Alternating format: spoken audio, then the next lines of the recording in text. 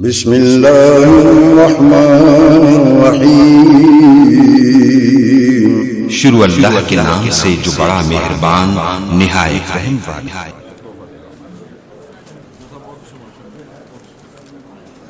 بسم اللہ الرحمن الرحیم۔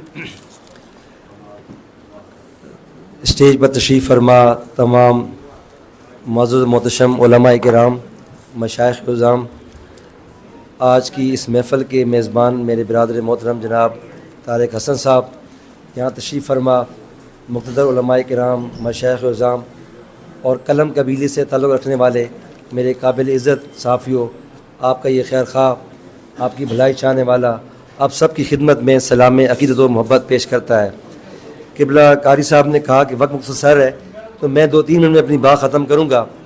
میں آج کے اس فورم سے ان لوگوں کو یہ بتا دینا چاہتا ہوں کہ جس طرح ناموس رسالت پر ہم اپنی تمام ترجیحات کو بالائے طاق رکھتے ہوئے یکجا ہو جاتے ہیں، آج پاکستان کی بقا کے لیے اور پاکستان کی فوج کے ساتھ شانہ بشانہ ہونے کے لیے آج ہم تمام علماء کرام یک زبان یک جان ہو کر کھڑے ہیں اور انہیں بتا دینا چاہتے ہیں کہ ہم پاکستان سے بھی پیار کرتے ہیں اور پاکستان کی فوج سے بھی پیار کرتے ہیں۔ دوستو، میں ایک چھوٹا سا واقعہ بیان کر کے اپنی بات ختم کروں گا۔ جب ضرب اعظم عروج پہ تھی تو لاہور میں اس وقت کور کمانڈر لیفٹیننٹ نوید صاحب موجود تھے، تو انہیں ایک خط آتا ہے اور خط کے ساتھ 5000 روپے کی نقد رقم بھی ہوتی ہے۔ وہ کور کمانڈر صاحب خط کھولتے ہیں، رقم کو دیکھتے ہیں، خط ایک بچے کا لکھا ہوا ہوتا ہے۔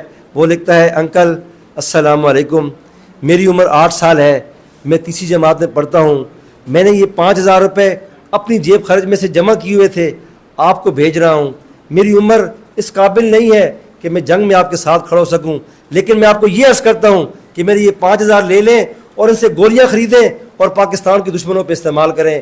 دوستو، وہ جذبہ یوسف معین کا آج پاکستان کے ہر شہری کا ہے، ہر بزرگ کا ہے، ہر جوان کا ہے۔ ہم آج ان لوگوں کو بتا دینا چاہتے ہیں کہ اس ملک میں وہ مائیں موجود ہیں جو یوسف میمن کو بھی پیدا کرتی ہیں اور جو ہمارے ان سپاہیوں کو پیدا کرتی ہیں کہ جو آپ کو دن دہاڑے بھی سیزا پلائی دبا بھر کر آپ کا سامنا کرتے ہیں۔ ہم اس پلیٹ فارم سے ان لوگوں کو بتا دینا چاہتے ہیں، میں کھلے عام یہ اعلان کرنا چاہتا ہوں کہ وہ لوگ جو اپنے اقتدار کے لیے، اپنی چند روزہ حکومت کے لیے پاکستان اور پاکستان کی فوج کے خلاف آواز بلند کرتے ہیں، وہ اپنے دامن میں جھانک لیں کہ وہ کہاں کھڑے ہیں۔ یہ جس کے لیے وہ کام کر رہے ہیں وہ لوگ جلد آپ کو چھوڑ دیں گے۔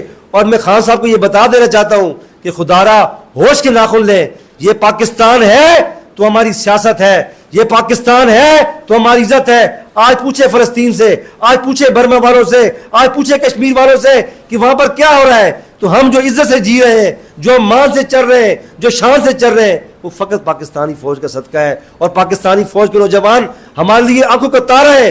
ہاں، غلطیاں ہو سکتی ہیں، ہم سے بھی ہوتی ہیں، لیکن کسی ایک ہی غلطی کو سب پہ دلالت نہیں کی جا سکتی۔ تو میں آخر میں صرف یہ گزارش کرنا چاہتا ہوں کہ خدارا گھر کی اس لڑائی کو اس طرح نہ پھیلائیں کہ دشمن ہنسیں، اور دشمن ہنس رہے ہیں۔ خان صاحب ہوش کے ناخن لیں، اللہ تعالیٰ آپ کو ہدایت عطا فرمائے اور ہم انشاءاللہ پاکستان کی فوج کے شانہ بشانہ کھڑے ہیں۔